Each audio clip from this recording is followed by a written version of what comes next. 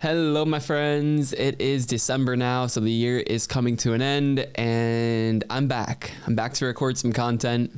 I started getting back into it last month, but then I got COVID, and I feel like I've been sick for weeks, and I haven't really been inspired to get in front of the camera, but I'm feeling a little better now.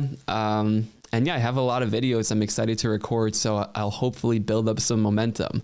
Today's video, I'm going to take you behind the scenes and show you an instructional design course that my team and I have been working on, and I'm going to share some of the principles we've been using that you can hopefully use in some courses that you're developing.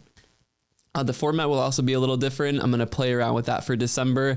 I'm going to record some more like vlog style or some more informal videos like this where I talk through my process, kind of work out loud, and hopefully share some helpful stuff along the way. So let me know how you feel about the format. I'm going to do less prep, although I have done some prep. I have notes here, but yeah, more presence. So I just want to be comfortable just talking to y'all, being in front of the camera, and again, build up that momentum again because I have some really good content ideas planned for y'all in January, especially when it comes to AI stuff. So for now, let's dive into this instructional design course.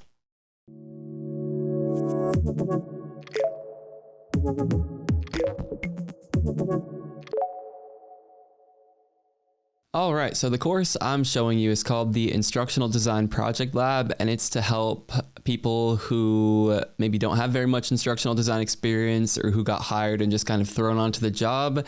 It's designed to help them follow instructional design processes and apply instructional design theory and science to create solid learning experiences with a bit of evaluation and project management thrown into.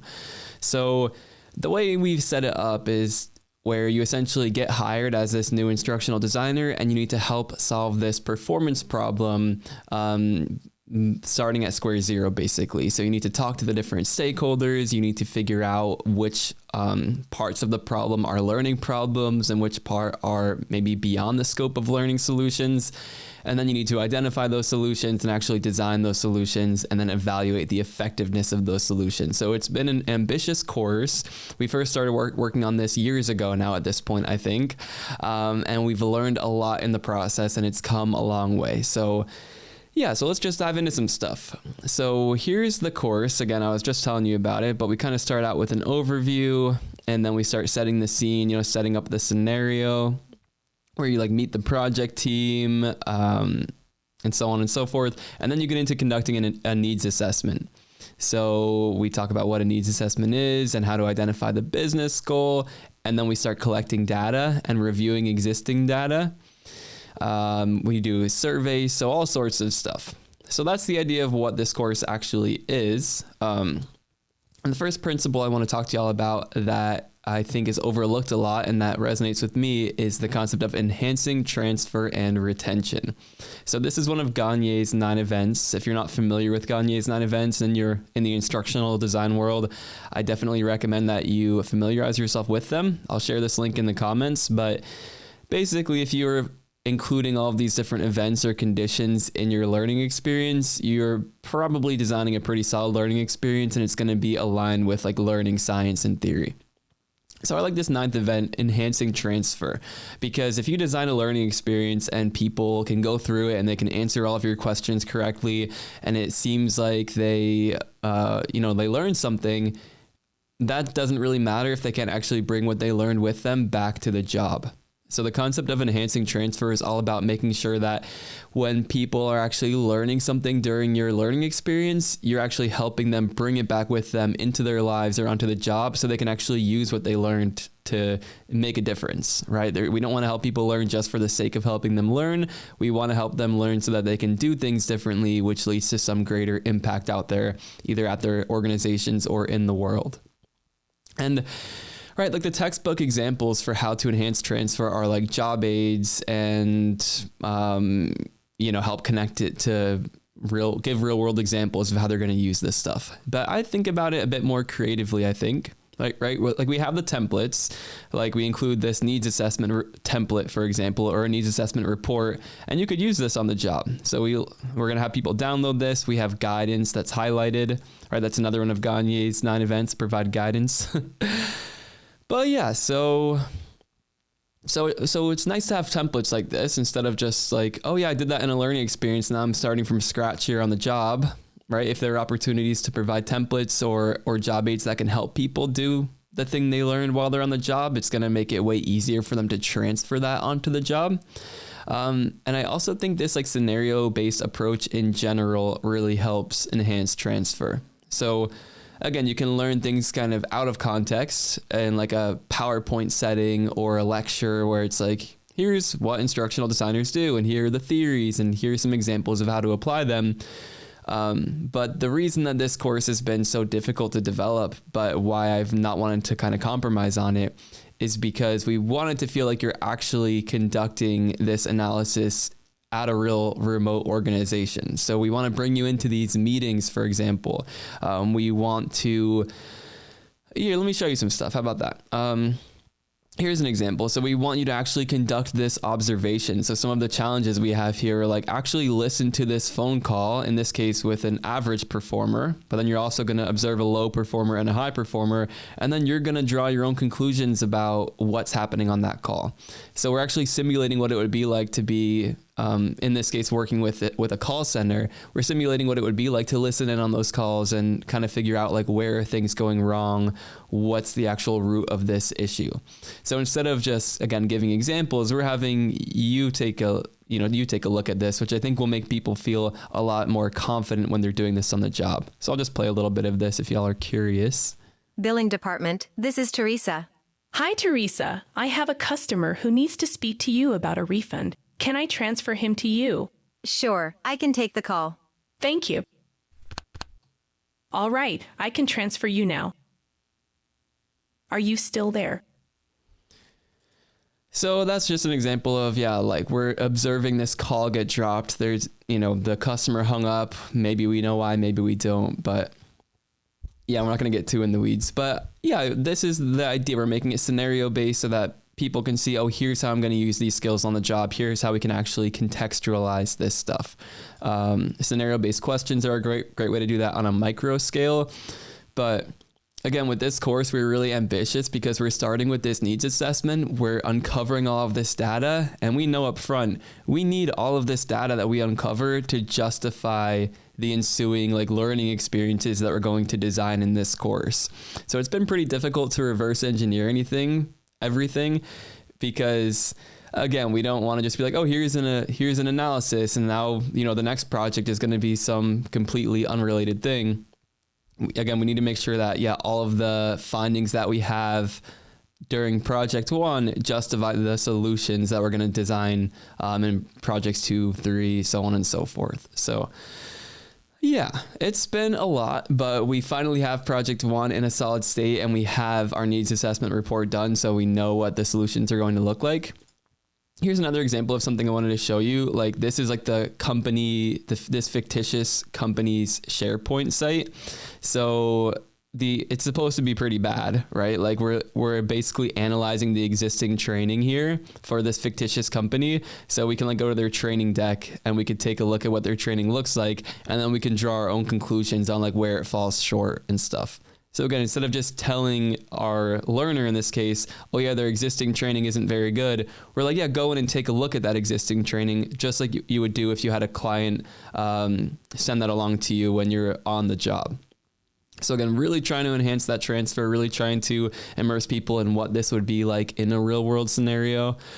Oh, and this is one of my favorite things too that the team has created. And as you might be able to tell, we're using AI for some of this stuff. So it's really helping us speed up our development workflow. So we're using some of these AI voices. I'm about to show you an example of where we're using these AI talking heads with the program called Synthesia. I'll link to that in the description. I also have an AI tools video, but we're designing these AI Zoom calls essentially. So I'll show you a clip of this. Now that we've agreed on our proposed solutions, we can discuss how and when we will implement them. I'll share my screen so we can take a look at our scoping plan. This outlines our plan for building learning solutions and also non-learning solutions. So we're actually kind of, again, trying to bring the learner onto these scoping calls just to get a feel for what it's like to be in a setting like this, especially because people going through this course might not have a lot of corporate experience or and might be intimidated by some of these project management concepts and stuff. So yeah, enhancing transfer, scenario-based learning, I think they kind of go hand in hand. And yeah, Gagne's 9 events too. I'll link to that article in the description, but I think that about wraps up the first main topic I wanted to cover with y'all. Okay, so the next approach I want to share with y'all is that we're using a competency-based curriculum. So if y'all have been in the field for a little while, or if y'all have worked in certain educational settings, you may be familiar with this, but it's essentially you develop some standards that you want your students to be able to achieve, and then you develop the competencies that support those standards. So what are the things that people actually do to show that they've achieved this standard successfully? So kind of like learning objectives, but just like a really measurable, practical version of them. So these are the standards and competencies for like our overall like career training program that we're working on for this licensing process you may have heard me speak about. But the ones that deal with this instructional design course start around here. So you can see we have this standard for performance improvement. Analyze human performance issues to resolve knowledge and skill gaps. And then you see these competencies, right? We're going to conduct a needs assessment. We're going to conduct analyses. We're going to recommend appropriate learning or non-learning solutions. And then we're going to design appropriate solutions based on our findings. So that's how this kind of fits into the overall program. But then we have this more detailed learning plan as well. So where it outlines all of the target competencies that we're trying to achieve. And then some of these core abilities, which are like more general, like what are we helping people do with this course? And then these performance standards. So how are we actually demonstrating our competence, right? And I think that's the benefit of this competency-based approach. And when I was doing client work for organizations, like I worked on some really big competency-based projects, and I liked it, right? Like the organization would kind of already have developed their competencies that they need people to achieve in a specific job role, for example. And then I would come in as the instructional designer, and I would develop learning objectives for those competencies, and then actually do design docs and storyboards and develop full learning solutions to help people achieve those learning objectives. So I think this competency-based curriculum makes more sense when you look at it coupled with instructional alignment, which is another very core and key instructional design concept, right? Like you want everything to be aligned. So we want to make sure that our big standard is, aligned with our competencies, right? Like our competencies supporting people achieving that standard. Then we want to make sure that our learning objectives are aligned with those competencies as well, right? Like the way we did it here, I'll show you, is we kind of took the competency and then broke it down into more specific learning objectives. So if the competency is to conduct a needs assessment, well, we need to be able to know whether a performance problem stems from a gap in skill, knowledge, both, or neither. So that's kind of the question we ask ourselves. It's like, okay, so in order to achieve this competency, what do people need to know or be able to do? And then that's how we arrived at our learning objectives. And we have quite a few of them. And then from there, right, like all of our assessments, we also want to make sure are aligned with our competencies, right? So we're going to need people to complete a needs assessment report. We're going to need them to collect data. We're going to need them to analyze that data. We're going to need them to propose appropriate solutions to address those performance gaps. So yeah, you can see how this is going.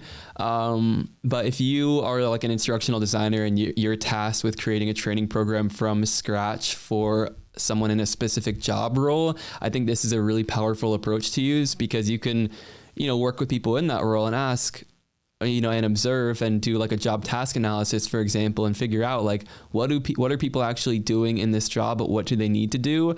Those are going to essentially help you identify your standards and competencies. So yeah, I've always liked a competency-based approach. It's kind of like an action mapping approach, in my opinion, where the competencies are the actions people need to perform in order to do that job successfully. And once you have those competencies, yeah, the rest of your instructional design flows kind of nicely, in my opinion.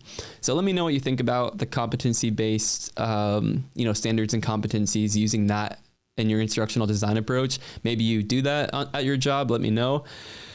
But I also, while we're talking about this stuff, I also need some help, or I have a question for you, especially if you've been in the field for at least a couple of years. As you can see here, right, like we have a lot, right? This is our curriculum for our overall like career school program. It's, I want to say like a couple of 100 pages long.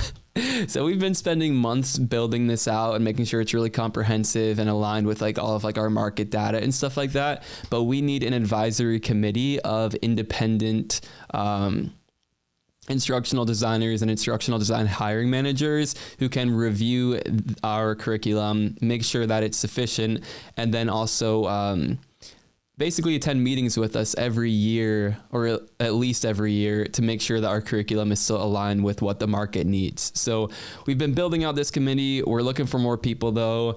If you have the availability and if you want to help shape our curriculum and help make sure it's aligned with like the cutting edge of what the market's asking for, we need your help. I would really appreciate it. I'm happy to feature you and your contribution, like however you'd like to be featured.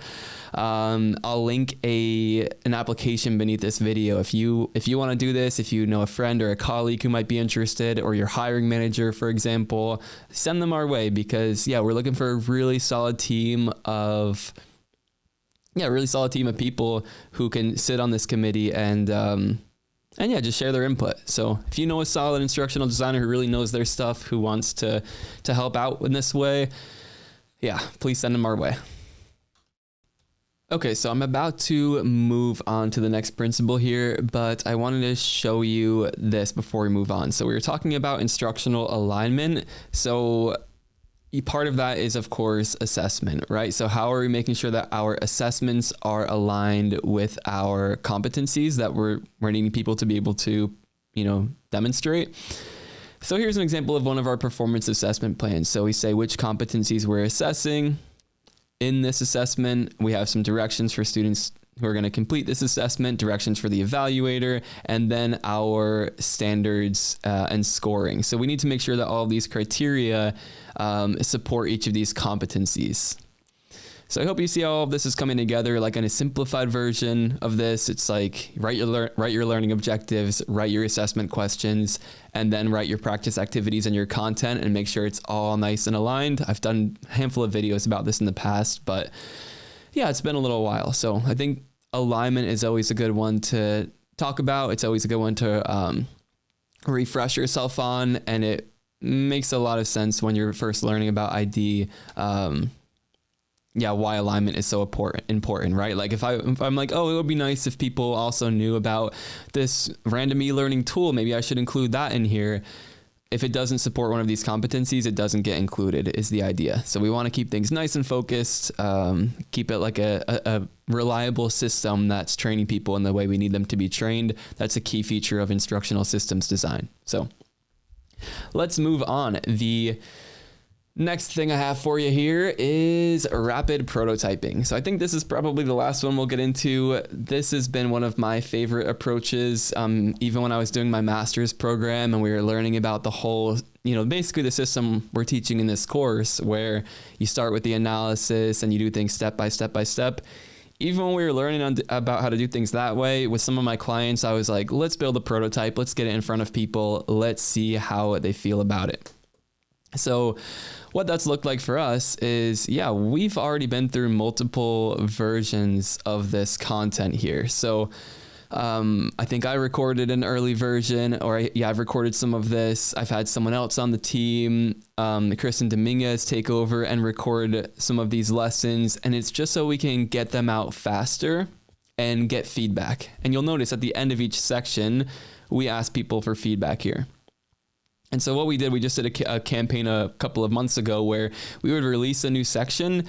We would have people fill out this feedback form, and then we would host a focus group session that week to get everyone's feedback on the content that went live that week, so that we can then use that to re-inform the design and make these changes like on the fly. So again, a new section, go through it all, and then at the end, provide feedback. And at the end of this, again, we would have had a focus group session to get that feedback live and talk through things, live with our students. So I love this approach. I have found that with a course this big and ambitious, some of those pieces just needed to kind of be worked out further before we can kind of move along. Like, again, because the way the needs assessment works, once we get the needs assessment report, it tells us what solutions are necessary. So we needed to have all of that figured out before moving along in the course and then designing those solutions. Because again, the concept with this course is you're coming in as a new ID and you're following this ID process from A to Z. So you're doing the whole process. So it would get really weird if we're like, oh yeah, here are the solutions in this needs assessment report. And then in the next section, you're developing a storyboard for something completely different. And that, that first part was harder than we expected. We used AI to help and ChatGPT, and we generated a lot of fake data and survey data and all of this. And again, it's in a good spot. But again, I'll probably re-record these lessons again, just because we go through it again, we get more feedback, we see ways to improve it. So that's what I like about rapid prototyping is you don't need to wait for things to be perfect before you get it out to people. And you just let people know, hey, we're revising this as we go. Like we need your help and collaboration. We want to make sure that this learning experience is serving you as well as it possibly can. So yeah, please go through this version of it, give us some feedback, and we're going to make it even better for if you want to go through it again once it's revised. So it's been really nice having focus group participants for stuff like that. I loved doing that on client projects, building, a little proof of concept, several slides long, putting it in front of the client, asking them to put it in front of their target audience, and then just talking to people about how they liked it, what they like to change. It's a lot better to get feedback earlier on in the process like that than to, wait until the end and then realize you need to redo like dozens of hours of content. So check it out, read up on rapid prototyping or the SAM model. Maybe I'll link that video in the description as well if you like the prototyping approach. But essentially what it is instead of first we're going to do the analysis and then we're going to do the design and then the development and then the evaluation, instead we're kind of always doing all of them. So we are doing the design and the development while also evaluating it. So instead of saying, oh, the whole course is done, come do this, we're doing a section, we are getting feedback on it, which is the evaluation. We're reapplying that feedback. So that's, again, design and development. And it's just like a continuous cycle as this course gets longer and longer and longer. And again, I think I'm really glad that we've written out all of our competencies and learning objectives for this program, because it's going to be nice having that structure and knowing exactly what needs to be done. Because again, this was the first course where I'm like, this is a bit bigger of a project where dozens of hours of content all need to fit together like a nice puzzle. Whereas when I was doing like the storyline project lab, for example, where each project is mostly contained, it was a bit easier to use this approach. It's like, we know the general skills we need to hit. Like I had spent so much time in storyline. I'm like, I know what people need to learn. We're doing the rapid prototyping. We're having these weekly focus groups. Like, let's just get this out there. Let's get it in front of people. And the storyline project lab worked really well for that approach. It kind of came together before our very eyes with that focus group that we were meeting with. But yeah, with some bigger projects, I'm learning it's kind of nicer to use the more regimented approach or to do a little bit more of that work up front to know exactly what you're getting into. So lessons learned, let me know your experience with using like the rapid prototyping versus the more formal instructional design process.